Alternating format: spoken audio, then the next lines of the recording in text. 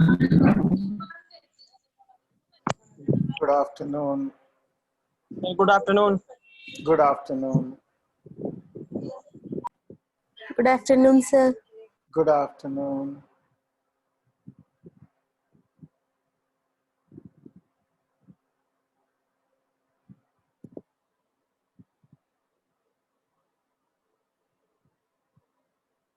Good afternoon, sir.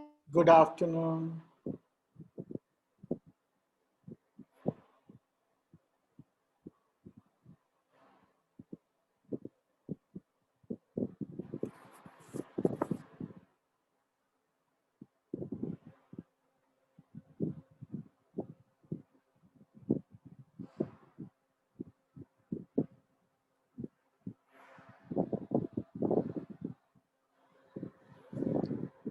So today we'll do the revision for this chapter, right, with some new questions.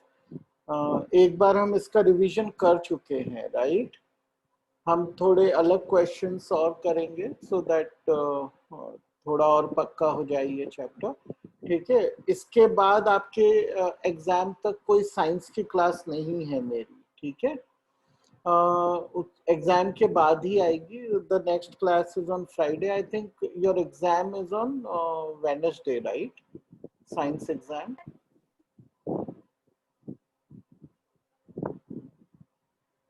तो उसके बाद जो है हम नेक्स्ट क्लास से we will continue with the heredity topic, ठीक है? वो टॉपिक अभी हमने उस समय छोड़ दिया था एग्जाम की वजह से.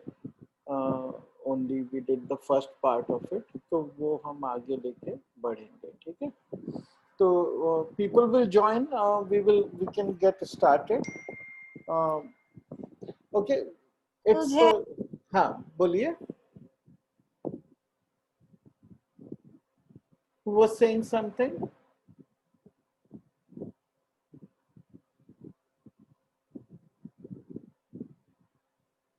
Okay, चलिए, ठीक है.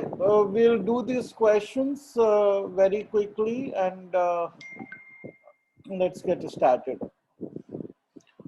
All the following can be categorized into a single category called, we have to tell one. Biogas.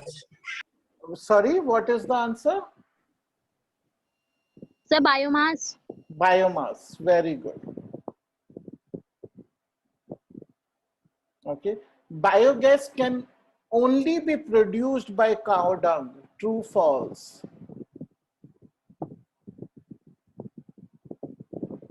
Sir, false. Okay, why? Sir, because ये सर ह्यूमन एक्सीटा से भी होती है, सर प्लांट रेसिड्यू से भी होती है. Very good. Right? So the answer is false. Not just cow, because the issue here is the word only. Right? It is not only cow dung, it is any organic waste. Okay? Any organic waste, which includes excreta of animals, dead plants, right? So it can be even dead animals maybe, but usually dead plants, right? So usually this is what can be used to generate the biogas. Biogas is produced by microorganisms that respire Anaerobic respiration. anaerobically. Okay. Aerobically. What is the meaning of anaerobically? Sir, the respiration which taken place is in the absence of oxygen. Yes, when the respiration is done in absence of oxygen, तो उस case में जो है ये partial combustion ही होता है और we are left with these kind of gases. जहाँ पे aerobic respiration होता है वहाँ पे जो main product होता है respiration का कार्बन डाइऑक्साइड होता है, क्योंकि complete combustion हो जाता है उस केस में. ठीक है, इसमें एनाएरोबिक में इंटरमीडिएट कंबशन होता है और वी गेट रेजिड्यूज। हाँ बोलिए।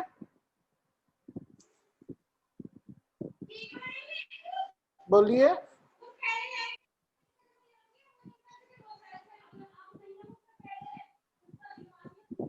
ओके ठीक है, तो एनएरोबिकल रेस्पिरेशन से ही बायोगैस बनता है।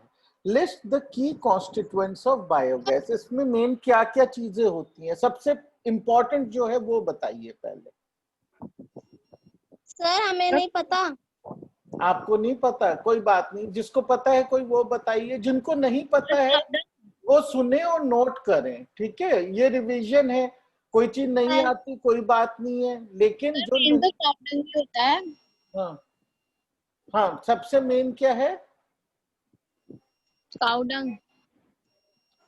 नो नो नो, हमें कॉन्स्टिट्यूएंट ऑफ बायोगैस बताना है। कॉन्स्टिट्यूएंट ऑफ बायोगैस, कॉन्स्टिट्यूएंट का मतलब होता है उसका हिस्सा, राइट, पार्ट। ठीक है ना, इंग्रेडिएंट हम ये नहीं पूछ रहे कि किस चीज से बायोगैस बनती है। ठीक है, वो क्वेश्चन हो जाता what are the key ingredients for production of biogas, वो अलग क्वेश्चन है। क्वेश्चन है कि इसके कॉन्स्टिट्यूएंट्स क्या है, मतलब जो बायोगैस बन गई है, बायोगैस क्या है। हाँ, सबसे इंपॉर्टेंट होता है इसमें मीथेन, राइट, जिसका केमिकल फॉर्मूला होता है CH4। ठीक है, ये जो है, हाँ ये आपका नाम क्या है? ये लीमा IQRA लिखा हुआ आ रहा है, क्या नाम है आपका?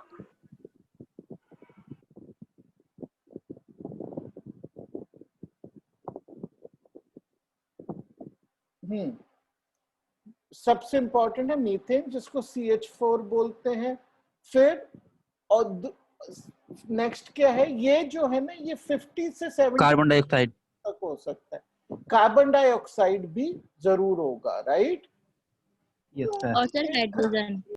हाँ, हाइड्रोजन नाइट्रोजन भी होता है। ठीक है, और थोड़ा सा इन ट्रेस अमाउंट हाइड्रोजन भी होता है। और एक और इम्पॉर्टेंट कॉन्स्टिट्यूएंट है जो हाइड्रोजन से थोड़ा सा ज्यादा होता है, तो मैं हाइड्रोजन को 5 कर देता हूँ। एक और होता है, वो क्या है? Hydrogen sulphide. ठीक है, इसमें जो मेन इसकी फ्यूल वैल्यू है वो मीथेन की वजह से आती है। कार्बन डाइऑक्साइड और नाइट्रोजन तो फ्यूल्स है ही नहीं, हाइड्रोजन और hydrogen sulphide still they do burn, okay, but they are in very small quantities. Hydrogen is usually less than 1%, whereas H2S is less than 3%. Okay, they are still in small amounts. सबसे important methane. Very good. Why would you call biogas a good fuel? Okay, क्योंकि subjective exam है, you can have questions like that. Because it does not leave any residue after burning. So no residue. Yes. doesn't pollute. Less does not cause air pollution. That would not be a correct statement. Don't say that. You can say it does not cause much pollution, right? क्योंकि जब हम इसे burn करते हैं तो हमें एक तो हाइड्रोजन है माइनर क्वांटिटी में और मीथेन है।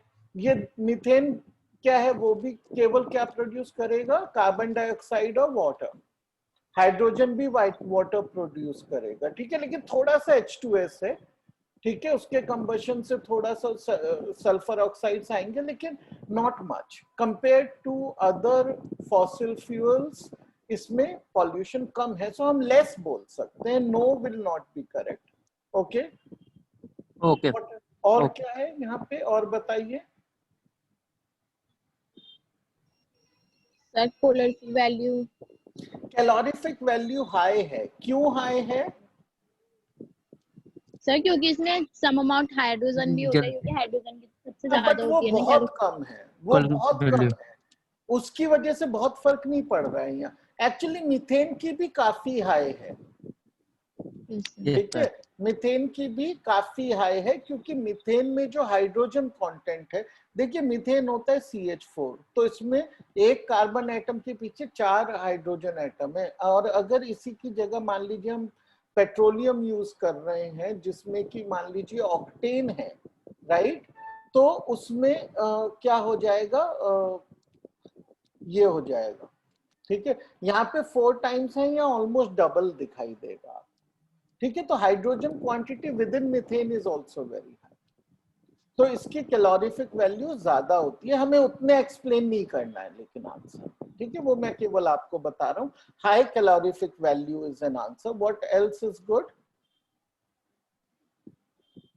About biogas? Sir, moderate ignition temperature. Not really. हाँ, मतलब that's not very important here. I mean, it has a low ignition temperature, तो थोड़ा सा it gets burnt easily like LPG and others, right? तो वो तो बहुत ज्यादा सच नहीं है। Methane is quite inflammable. Okay? तो ये important है। एक और है, वो मैं अभी नहीं बोलता हूँ क्योंकि हम नेक्स्ट क्वेश्चन पे आते हैं, वहां पे कवर कर लेंगे उसको, ठीक है। Biogas, though a good fuel, causes a major environmental issue because of the slurry left behind after decomposition of waste material. This slurry is highly toxic as is made up of animal excreta. State if this statement is true, false. Also explain your answer. Sir, I think true ही होगी. हाँ, तो देखिए ये इसका answer है false, ठीक है।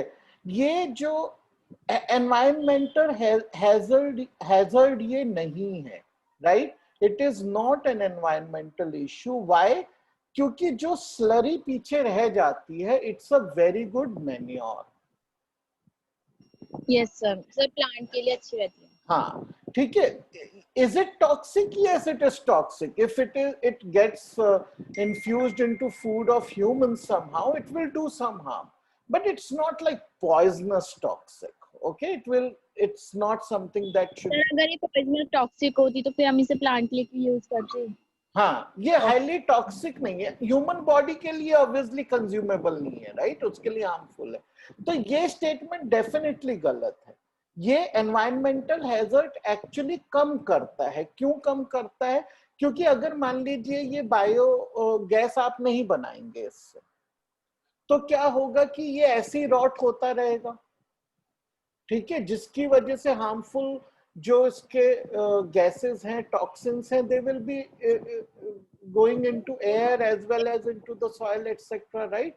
But इस तरीके से क्या होता है, ये डिकम्पोज हो जाता है अच्छे से, और जो ये स्लरी रह जाती है पीछे, ये बहुत ही अच्छा मैन्योर बन जाती है क्योंकि ये प्री डाइजेस्टेड होती है, राइट। सो ये स्टेटमेंट बिल्कुल गलत है, ये एनवायरमेंटल हैजर्ड नहीं है। इसीलिए ये हम ऊपर वाले में भी आंसर में इसको लिख सकते हैं, क्या, कि the slurry left behind is Used as manure for manure. Okay, तो ये पॉइंट हमारा यहाँ भी बन गया और इस क्वेश्चन को भी हमने आंसर कर दिया। चलिए, hydroelectricity is not a major form of energy in India. True, false?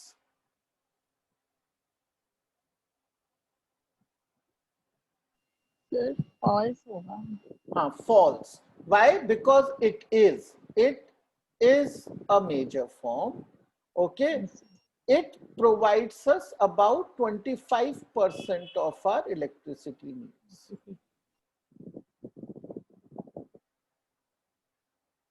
Okay, 25% is a significant amount. Okay, after thermal generation of electricity, it is the hydroelectricity which is relevant in India, right? So it is definitely a major form of energy in India, especially. Government, there is some error. Government is thinking about a new hydroelectric plant in a state. However, some environmentalists object because they believe that this plan will lead to increase in methane in environment that is a greenhouse gas. Are they justified in saying so? Explain your answer.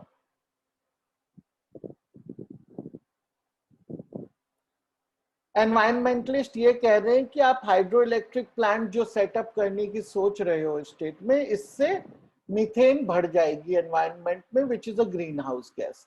तो क्या उनका concern valid है?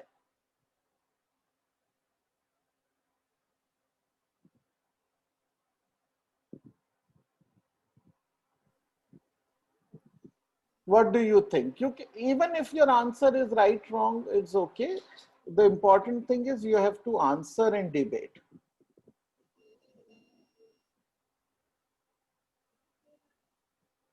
Sir I think true होगा। हाँ, okay. Why do you think so?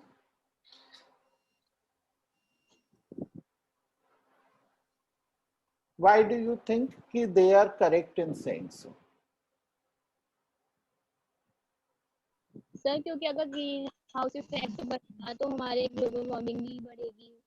हाँ, तो ये वाला पार्ट तो सही है कि मीथेन है वो ग्रीन हाउस गैस है, ये पार्ट तो सच है। So this part of the sentence is true. Now the big question is कि हाइड्रो इलेक्ट्रिक प्लांट सेटअप करना चाहते हो तो क्या उससे मीथेन बढ़नी चाहिए एनवायरनमेंट में? क्या कोई कारण हो सकता है? क्योंकि डायरेक्टली तो No, नहीं बढ़ेगी, राइट? मीथेन का कोई हमसे प्रोडक्शन तो, मीथेन कैसे? हाँ बोलिए, जागृति बोलिए आप। सर हम ये पूछ रहे थे हाइड्रो इलेक्ट्रिसिटी प्लांट से हम अगर हम तो करते हैं एस्टैब्लिश तो उससे हमारी मीथेन कैसे भरेगी एनवायरनमेंट में? हाँ, तो क्वेश्चन वही है, ठीक है, कि क्या बढ़ सकती है? तो इसका आंसर ये है कि yes, they are justified. Okay, and explanation क्या है? एक्सप्लेनेशन ये है कि this will involve setting up a dam, right? Dam क्या करेगा? Will lead to submerge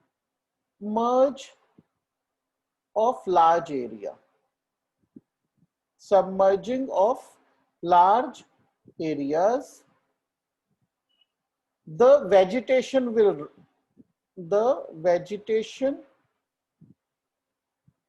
will rot underwater. How will it rot underwater? In water we have some amount of oxygen, right? Oxygen जो है पानी में थोड़ी सी dissolve हो जाती है, ये बात सच है, इसीलिए मछलियां और ये सब सांस ले पाते हैं, लेकिन वो बहुत कम ऑक्सीजन होती है। एनवायरनमेंट में जहां हमारे 21% ऑक्सीजन है, पानी में तो बहुत कम होती है, फ्रैक्शन ऑफ अ परसेंट होती है, राइट? तो उतनी कम में किस तरह का रॉटिंग होगा? इसका एनएरोबिक होगा, okay, which will produce methane, and the methane in the nearby areas will increase, causing global warming. Global warming is not a good term there, but it will cause greenhouse effect, right? Global warming is more about the globe, right? लेकिन ये जो उनका concern है कि इससे green house gases produce होंगी, वो सही है, लेकिन इनडायरेक्टली सही है, ठीक है? एकदम से हाइड्रो इलेक्ट्रिसिटी प्रोड्यूस करने के प्रोसेस में कोई मीथेन नहीं बनती, लेकिन डैम बनाने के प्रोसेस में क्योंकि बाढ़ आ जाती है, सब जगह डूब जाती है, और वहां पे जो चीजें थी वो उसमें सड़कर मीथेन बनाती है, ठीक है? तो आंसर फिर भी यस ही रहेगा, okay? The mechanical part, which is rotated by an external force like high speed water that is coupled with the rotor of a generator, is called, ठीक है? वो मैकेनिकल पार्ट जिसको rotate करते हैं और वो फिर रोटर को रोटेट करता है, उसको क्या बोलते हैं? टरबाइन। टरबाइन, ठीक है?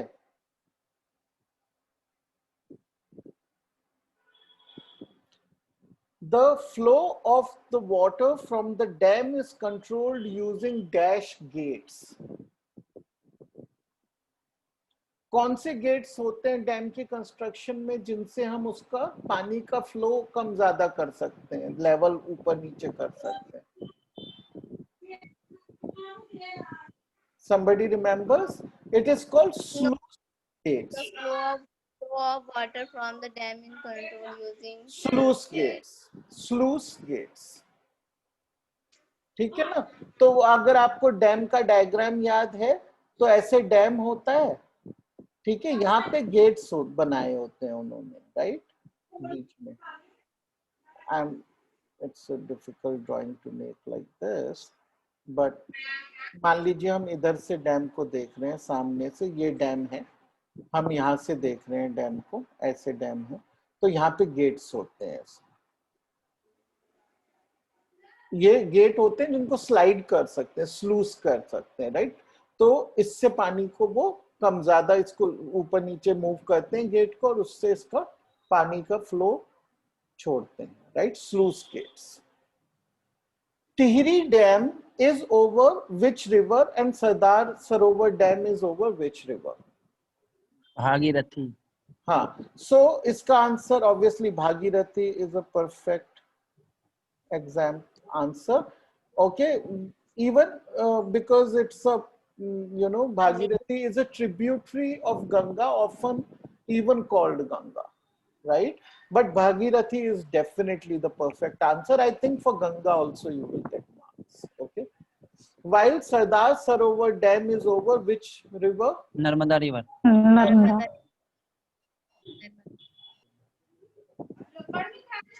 Okay, this is a long fill in the blank now. The dash of stored water by a dam is converted to dash of flowing water when water is released. Okay, so water की क्या चीज किस चीज में convert होती है जब हम वाटर को रिलीज करते हैं डैम में से?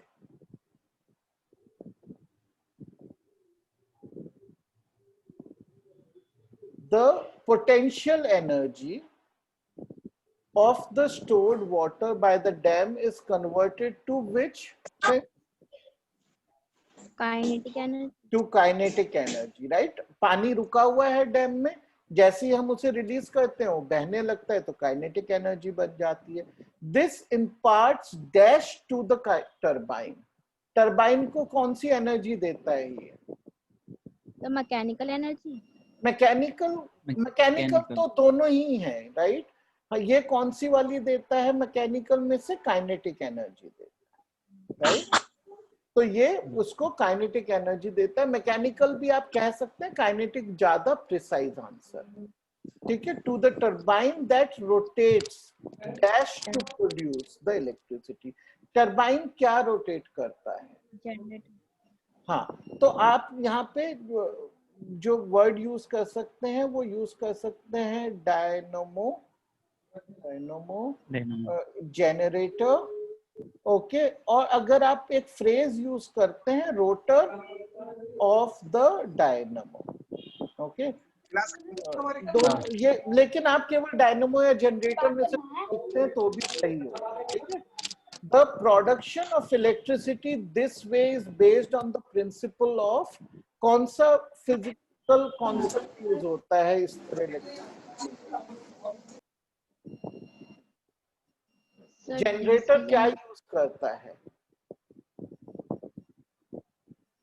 आपने चैप्टर पढ़ा हुआ है जनरेटर वाला, राइट? Yes sir. हाँ, क्या बोलते हैं उसको? Electro magnetic Induction. ठीक है। It uses the concept of electromagnetic induction, the principle of electromagnetic induction. Okay.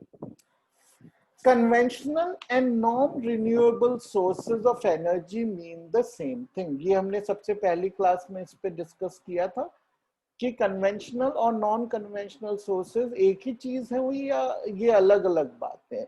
Conventional and non renewable, sorry, ये दोनों एक ही चीज को बोलते हैं अलग अलग को? Different. ये दोनों डिफरेंट टर्म्स हैं, mean the same thing, so answer हो गया false, right. What is the difference? Conventional means केवल जो ट्रेडिशनल है, यानी कि काफी समय से हम यूज करते आ रहे हैं, मतलब ट्रेडिशनल का यहाँ पे मतलब ये नहीं है कि जो हजारों साल से यूज हो रही है चीज। फॉसिल फ्यूल्स को हम मैं कम से कम पेट्रोलियम को तो हजारों साल से यूज नहीं कर रहे, कोल को तो शायद हो सकता है 1000 साल हो गए हो, राइट। तो ट्रेडिशनल का यहाँ केवल मतलब है जो काफी समय से यूज कर रहे हैं, राइट। तो इसमें फॉसिल फ्यूल्स भी आएगा, वुड भी आएगा, इसमें wind energy to do some simple work भी आएगा, मैकेनिकल एनर्जीज आएंगी, तो बहुत सारी हैं जो कन्वेंशनल में आती हैं। लेकिन नॉन रिन्यूएबल जैसे वुड है वो रिन्यूएबल है चाहे वो कन्वेंशनल, राइट। Yes. तो ये दोनों चीजें अलग हैं, लेकिन लिटरेचर में कई बार ये इंटरचेंजेबली लोग वर्ड्स को यूज कर लेते हैं, क्योंकि ज्यादातर कन्वेंशनल सोर्सेज नॉन रिन्यूएबल, केवल इसलिए कई बार लोग कंफ्यूज कर देते हैं। Renewable and inexhaustible are often used interchangeably. Explain your take on this with relevant examples.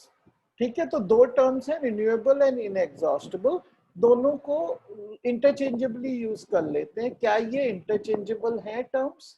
अगर डिफरेंस है तो क्या है, ये है question. So what's the answer?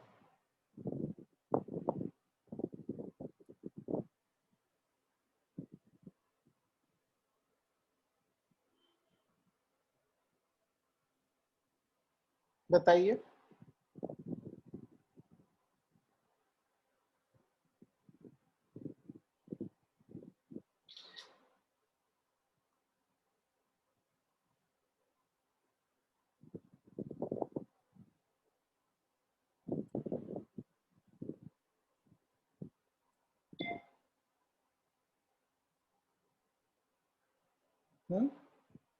Anybody?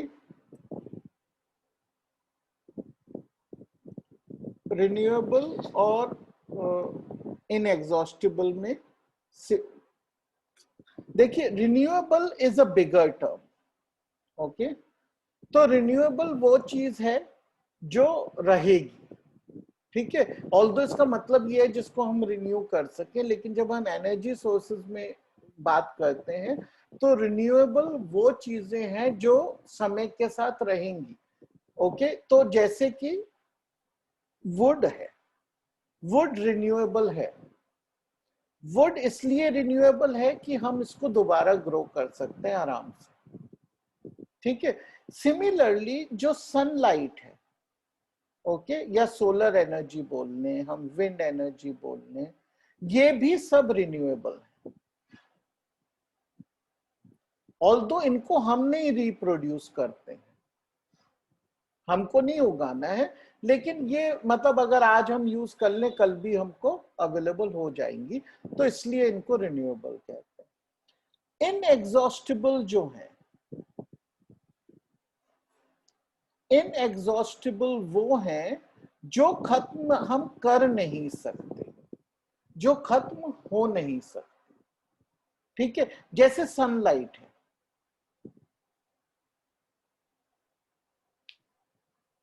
ठीक है। तो जो सनलाइट है वो आप आज यूज करो न करो, वो कल फिर आनी है सुबह, राइट। विंड है, आज आपने बहने दिया विंड को, कुछ भी नहीं उसका यूज किया, कल फिर मिली जानी है आपको, राइट। तो इस तरह की जो है, जो खत्म ही नहीं होंगी, जो रहनी ही है हमेशा, उनको इनएग्जॉस्टिबल कहते हैं। ये एग्जॉस्ट हो ही नहीं सकती।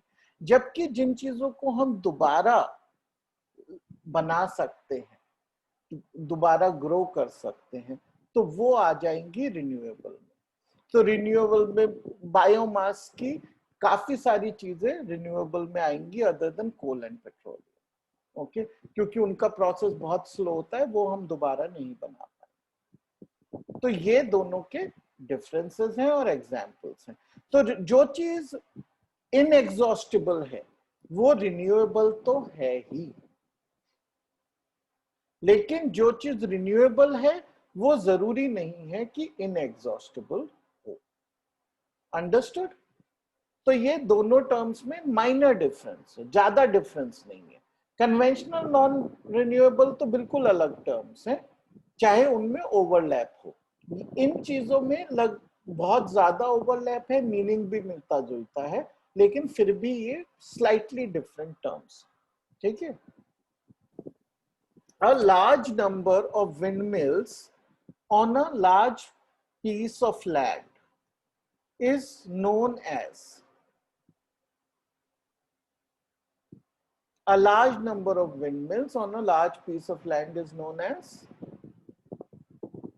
क्या बोलते हैं हम इसको जब बहुत सारी विंडमिल्स एक साथ लगी होती है?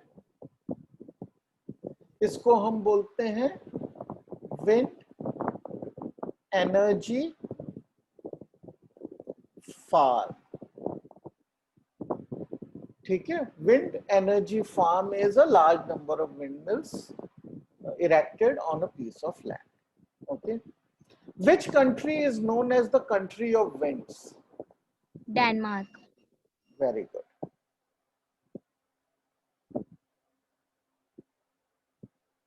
Which of the following, actually Denmark में बहुत ज़्यादा wind energy है, almost 25% of their electricity need is fulfilled by the wind energy. It's similar to what is hydroelectricity is for India. Which of the following would be an appropriate wind speed for generation of wind energy? 5 km/h, 50, 100, the speed of the wind does not matter. Which is the correct answer? I didn't hear what you said. Sir, 50. 50, right? So जो range है, हम range देख लेते हैं। Range जो है वो 15 km/h की स्पीड से लेकर विंड की रफली अराउंड 60 km/h, हमको ये रेंज में विंड चाहिए। 60 पे usually for most of the wind mills is the highest production rate. लेकिन जब 60 के ऊपर जाना शुरू होता है तो हमें बहुत ज्यादा एडिशनल इलेक्ट्रिसिटी नहीं मिलेगी, और जब वो 90 क्रॉस कर जाता है, right, which is the storm category, right, very really strong winds, okay, it can even damage the wind. Okay, so definitely above 90 we don't want. 90 होगा तो वो उसको रोक देंगे, विंडमिल को यहाँ तक डिसमेंटल कर देंगे अगर पहले से पता है, because this is above this can be hazardous. ठीक है, तो 15 to 60 है, और उसमें जो है 50 is a good option for us. 5 पे तो वो घूमेगी भी नहीं, 10-12 से कम पे तो वो मीनिंगफुली घुमा ही नहीं पाएगी। 10 megawatt electricity is to be produced. How much land is expected to be needed to build the wind energy farm? Sir, 20 hectare. Very very good. Okay, so ये हमारी बुक में दिया गया है कि 1 megawatt जो है इसके लिए रफली 2 hectare, 2 hectare of land लगता है। तो उसी बेसिस पे we can say the answer is 20 hectare. Okay, very very good.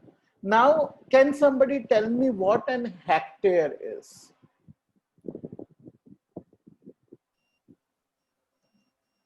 Sir, 10,000 meter. Yes, very good. 10,000 meter square. Okay, this is a hectare. So a way to remember it is 100 meter by 100 meter is called a hectare. Okay, 100 meter by 100 meter, which is 10,000 meter square. What type of mirror would you use in the construction of solar cooker? किस shape का mirror हम use करेंगे, right? अभी आपने optics वाला chapter तो नहीं किया है। Glass mirror. हाँ, वो तो यस ऑब्वियसली ग्लास मिरर करेंगे, इसीलिए मैं थोड़ा सा एक्सप्लेन कर देता हूँ क्वेश्चन को कि अभी तक आपने ऑप्टिक्स का चैप्टर नहीं। Concave mirror. हाँ, तो 3 तरह के मिरर्स होते हैं। Yes, concave is something we can consider, but we will look at the correct answer. It's a good attempt, but okay. तो प्लेन मिरर्स होते हैं जो हम घर में यूज करते हैं अपनी शक्ल देखने के लिए। फिर हमारे पास होते हैं कॉनकेव मिरर्स, ठीक है, और कॉन्वेक्स मिरर्स। ये जो हम ऑप्टिक्स का चैप्टर है उसमें अच्छे से पढ़ेंगे, ठीक है। तो प्लेन मिरर्स, कॉनकेव, कॉन्वेक्स। तो आपने कहा कॉनकेव मिरर, राइट। एक्चुअली जो सोलर कुकर है इसमें हम यूज करेंगे प्लेन, ठीक है, क्योंकि सोलर कुकर में हमारी रिक्वायरमेंट क्या है कि देखिए ऐसे होता है सोलर कुकर में, हम यहाँ पे एक मिरर लगा देते हैं ताकि जो सनरेज डायरेक्ट आ रही हैं वो तो आ ही रही हैं, लेकिन कुछ सनरेज यहाँ से टकराकर भी यहाँ आ जाए। ओके, तो amount of sunlight can be increase. हमें किसी एक पॉइंट पर उसको कॉन्सेंट्रेट नहीं करना है, ठीक है ना, हमें तो यूनिफॉर्मली हीट करना है इस कैविटी को। तो हम ये चाहते हैं कि रेस पैरेलली एंटर हो, कन्वर्ज करके एक पॉइंट को इतना गर्म ना कर दें कि वहां पे आग लग जाए, ठीक है। तो इसका answer is plane mirror. We use plane mirror. Convex, concave also looks like a good answer, लेकिन करेक्ट आंसर वो नहीं। Correct answer is plane. Understood. तो हम प्लेन मिरर यूज करते हैं इसमें। Why is the inside of the solar cooker colored black? Sir, because Black black color color is absorb Very good. हमारा objective है, light. हाँ, हमारा ऑब्जेक्टिव है to increase the heat. Heat तब बढ़ेगा जब ये जो सन रेज के हैं, जो सन के रेडिएशन है, वो ये बॉडी एब्जॉर्ब कर ले। और ये हम जानते हैं कि जो ब्लैक कलर है वो दूसरे कलर्स के मुकाबले ज्यादा एब्जॉर्ब करता है सन की लाइट को, और जब एब्जॉर्ब करता है तो हीट एनर्जी में वो कन्वर्ट हो जाता है। तो the answer is because black absorbs more radiations, it absorbs more sunlight. We can say because black color absorbs more sunlight. Okay, a well colored black could absorb close to even 90% of sun rays. There is a glass sheet that is used to cover the cavity in a solar cooker. Mention its main use and explain the phenomenon. ठीक है, तो इस जगह पर यहाँ पे ये जो जगह है, ठीक है, दोबारा ड्रॉ करते हैं इसको। सर इसका मेन यूज ये है सर, जो सन रेज आती है रिफ्लेक्ट हो पाए वापस। हाँ, तो सर में ट्रैप हो जाए जिससे और हीट। बिल्कुल। तो थोड़ा सा उसमें मैं करेक्शन करूंगा जो आपने बोला है वो, लेकिन ठीक है, ठीक है। तो इस जगह पे, यहाँ पे तो मिरर है, ये मिरर है, ये जो जगह है यहाँ पे एक उसको ग्लास ट्रे से, ग्लास की शीट से कवर कर देते हैं। तो इसका ऑब्जेक्टिव क्या है कि glass is transparent to sunlight, so sunlight will enter, right.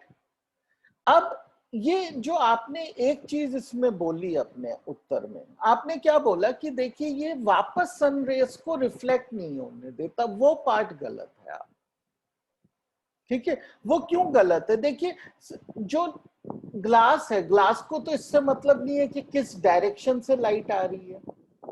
अगर इसके थ्रू लाइट जा सकती है तो इसके थ्रू वापस भी आ सकती है ना। वन साइडेड ग्लास थोड़ी ना लगा हुआ है वहां पे, तो वो वाला पार्ट आपका गलत है। सही क्या है आंसर कि इसमें से रेज आई।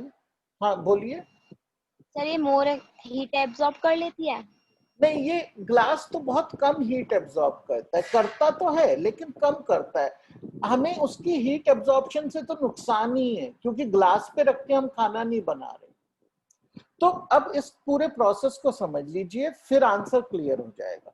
ये सनरेज आई, यहाँ पे भी टकराई, यहाँ डायरेक्टली पड़ी, सब ग्लास ट्रांसपेरेंट होता है, highly transparent to heat rays, okay, तो वो अंदर चली गई। अब अंदर ये रिफ्लेक्ट ना हो, ये किसका काम है?